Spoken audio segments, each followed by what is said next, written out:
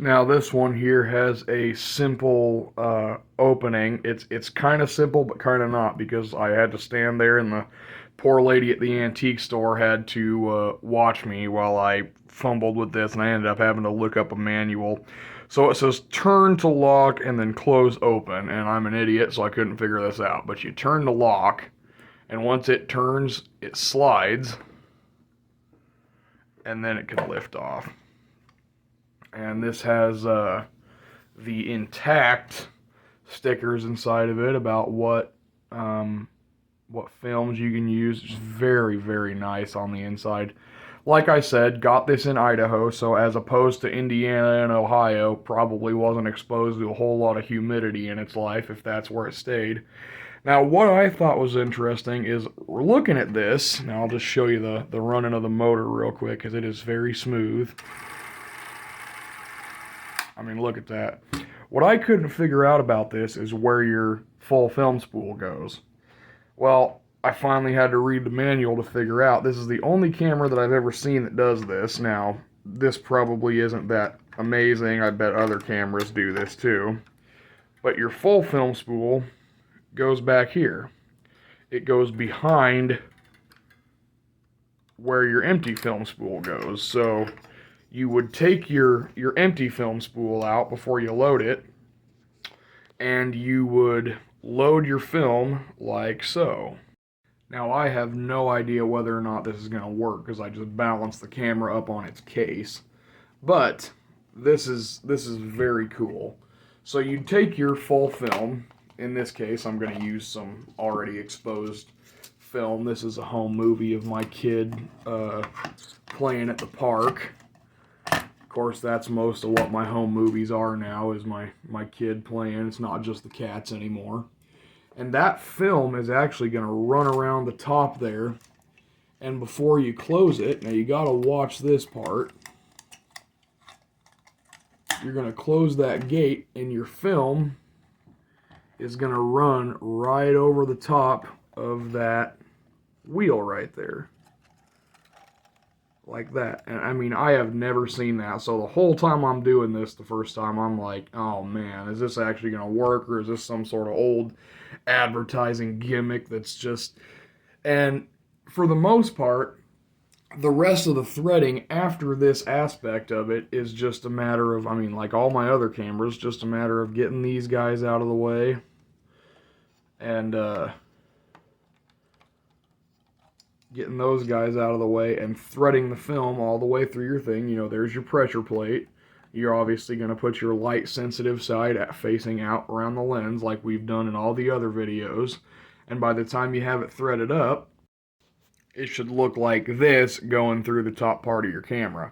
Now, this pressure plate is pretty easy. I mean, it's like all the other ones. You have your lines here where it shows you where to make your loop. And then this little film claw right here that actually moves the film and pulls it down. Once you get it down to this part, you can pull that out of the way and move your pressure plate and get that all in there. So then you do, you know, I usually at this point, I kind of run it for a couple seconds just to get that tail going out. And then you can run your film up through here. Now, this film was shot last summer, so it's a fair bit more brittle than new film would be. But once you get that all loaded up, you run it through like you do your loops. You know, we've been through this a lot of times. And you find out that even though it looks kind of different and intimidating in there, this is actually just the same as all the other cameras. The only difference in this one is your full spool goes behind your empty spool. And instead of running side to side or something like that, she runs right up over the top of that gear there. Comes down and around just like usual. So now we can go ahead and put our empty film spool in there. You just get that locked in there. Oh, actually, forgive me, haven't done this in a long time. You got to wind your film on your spool first. I apologize, guys. I'm trying to do all this with one hand and still make it kind of easy for you to see. Now you got your empty spool all loaded up. And this little notch here, this little arrow, you set it to either 50 or 100 foot film spools.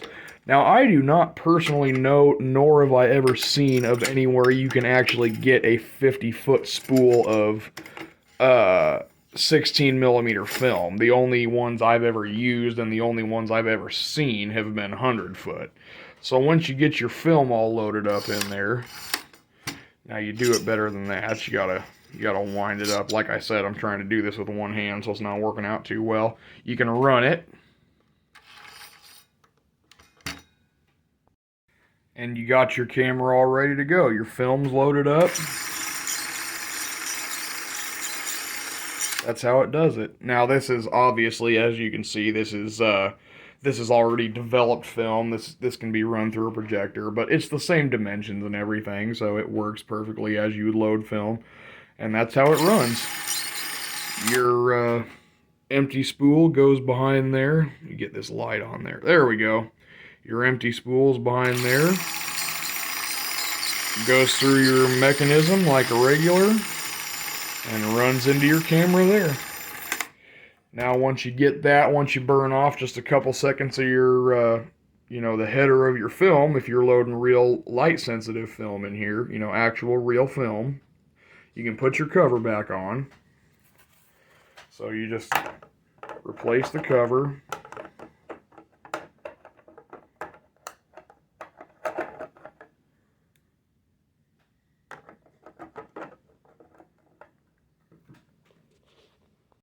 This camera's trying to make me look dumb today, I swear. So you replace your cover. Once that's all situated back on there, close her back up. And then what you have is you have this counter on the side. Now, the interesting thing about this counter is depending on where your film is set, it obviously, if you set it for 50 feet, it'll bump it down to 50. If you don't, it'll keep it up at 100. But see, I burned off a little too much footage. But right up here where there's 100, there is a star on it that you can't really see because I burned off the film. But when you would get your film in here, you'd load it up, say it's a 100-foot reel, you would move your needle to wherever that star is, and then you'd lock it back down, and that's how you run your camera. Then you'd always know where your film was at. So that's how that works. Now there's not too many bells and whistles on this thing. There's your crank handle, you have your trigger, and then this button is interesting right here. This button you can obviously use if you lock down the trigger like you can on most old cameras. You can lock down the trigger. You can push this button down right here and it will slow your frame rate down to 8 frames per second so that it will play back in fast motion. So if you were going along at 16 and you were running into something slow like maybe some ducks on the water or something like that, you could push this down and it would run at 8 frames per second so that when you played it back it would speed up kind of boring or monotonous scenes.